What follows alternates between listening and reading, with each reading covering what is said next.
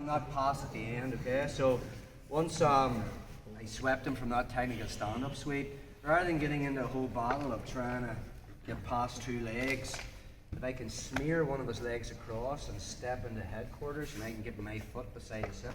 So one of his legs is between my legs. Does that make sense? So it's like a staging position, for passing. Actually, we taught this mesocycle a long time ago. It's on the channel. It's called Rafael Levada Jr.'s headquarter passing system.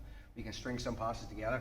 So I'll probably have maybe my grips on Carl. He'll probably make grips on me. If he makes collar and sleeve, the pass that we just did in the last move is called a next pass, whereby I can kick back with my leg, shelf, and now I can move into knee on belly. Of course, if Carl kept the collar grip but switched to an ankle grip, that pass doesn't work. Okay, but now I can get my lat behind his leg and move into like a folding pass in a position. I can then move to the side, so it's a good way of learning individual passes and stringing them together off different reactions that Carl makes. Again, it's on the channel. If you just look up one of the playlists, you'll probably find that system. It's a good small system.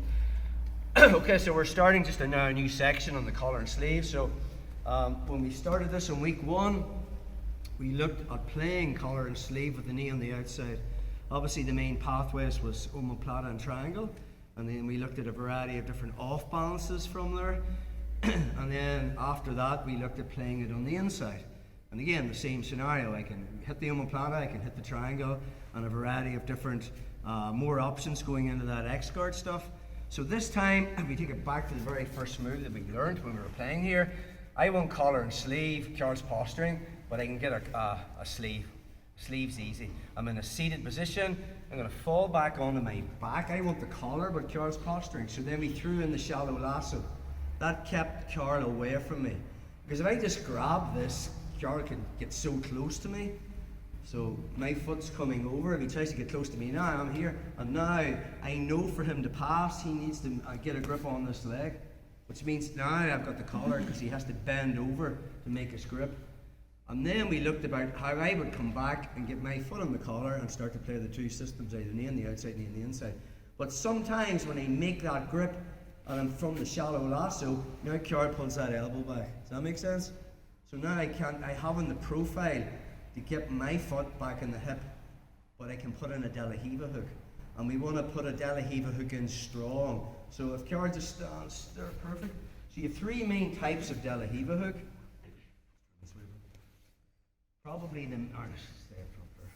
So you can kind of put it in weak, whereby my foot is, my instep, just lean forward a wee bit there, is more just above his knee. That will be like a weak De La Riva hook, not the greatest. The second way of putting it in would be like a far hip one, like a deep lasso one.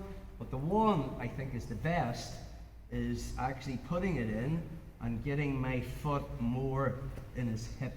Now this can depend on a variety of different things. For instance, if Carl's leg is straight and he hasn't it bent like that, that would be very difficult to put a De La Riva hook in because his leg is straight.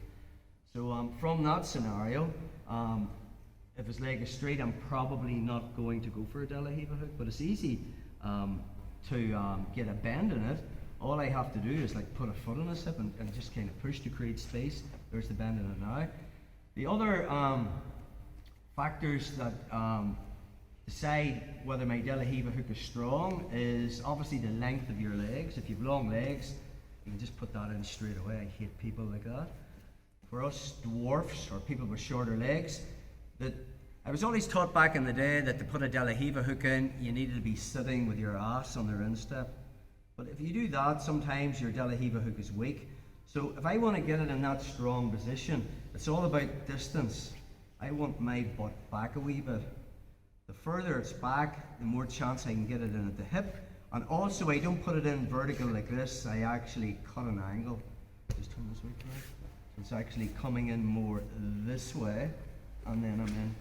Once I get the sole of my foot in his hip, and I have the collar, this is going to make it very, very easy for me to do things from this position. It's hard to sweep someone with that weak De La Riva hook. Does that make sense? When you have got the sole of your foot connected to that far hip, it's going to give you so many things. And the good thing is, when he defends that omoplata and triangle, there'll be a bend in his knee. So we looked at on week 1, we're playing the game, I snag that first grip. He doesn't let me get the collar, so I go from a seated position to flat on my back, and I throw in the shallow lasso to keep him away. Right? I know for him to pass, he needs to make a grip, and this hand's floating. And as he tries to make a grip, now I find the collar. But as I go back to put my foot on the hip, Carl pulls the elbow back. Notice the way there's a bend in the knee. That's just going to give me the perfect opportunity to put in that De La Riva hook in and get it strong. Just lift your arm. Notice the way the sole of my foot is right in his hip. So, I have the collar, foot's back on the bicep. I'm going to do 3 pressures. Now, another thing Carl can do to stop me sweeping him, he can turn his foot outwards, yeah, like that. So, I'm going to cover that with my elbow. So my elbow is just coming over and I put it in front of his toes. Now 3 pressures, I'm going to kick up with my right foot on his shoulder, pushing it that way. I'm opening my elbow out this way, and my left De La Riva hook out is kicking out this way. So the pressures are this. And now from here, it just depends. Sometimes if he lands away from you, I'm just going to pull him straight into an armbar, and we're there.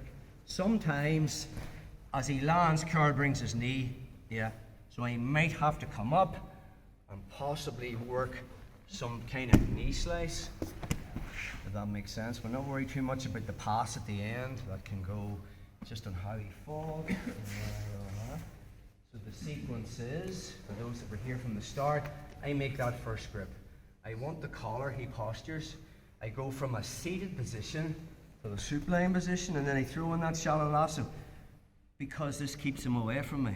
And now I know for him to pass, he has to move this way. Now I've got the collar, right? Foot's going on the bicep. I'm about to put the foot on the hip, and he pulls it back, which means I transfer to that strong De La Riva hook. I cover his toes, and now I just launch him back. So again, from there, I can maybe pull myself up on the mount. I'll not worry too much about the end result. Just one more this way. So, seated position, I make the grip, he postures back on the mat, shallow lasso, letting him wait until he gets that grip. Now I've got it. Looking for the foot on the hip, working all the stuff we've done.